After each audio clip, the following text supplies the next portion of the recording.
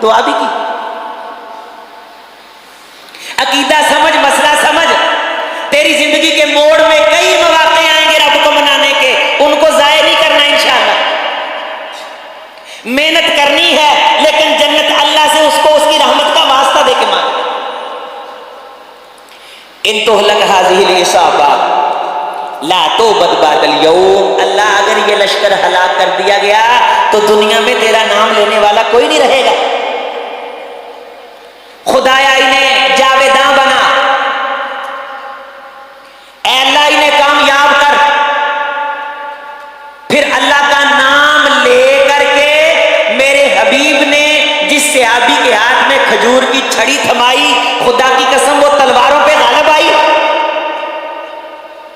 खजूर की छड़ियां तलवार बन जाती हैं। कायनात ने देखा है, घर से निकलना पड़ता है, मेहनत करनी पड़ती है, किस्मत चेंज हो जाती है, फतह मिल जाती है, कामयाबी मिल जाती है, जन्नत मिल जाती है। रब के दरबार पे आके उसको मनाना पड़ता है।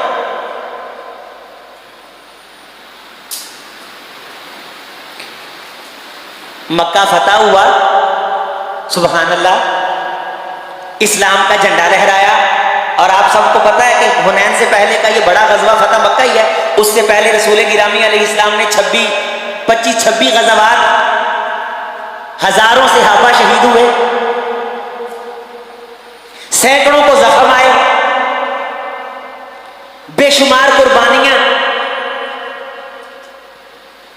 रसूल रहमत अलैहिस्सलाम की नमूस पे पहरा देने वालों का जम्मे गफीर।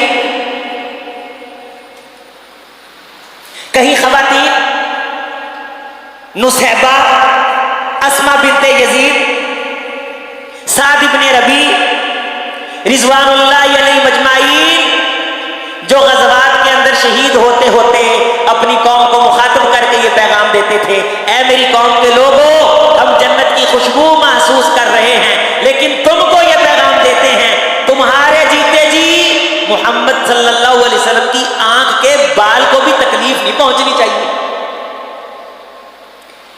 इतनी बड़ी बड़ी कुर्बानियां, मेरे रसूल अलैहिस्सलाम के दंदान मुबारक जख्मी हुए, शहीद हुए, लेकिन मक्का फतह हुआ। मक्का बोलने मक्का तो जुबान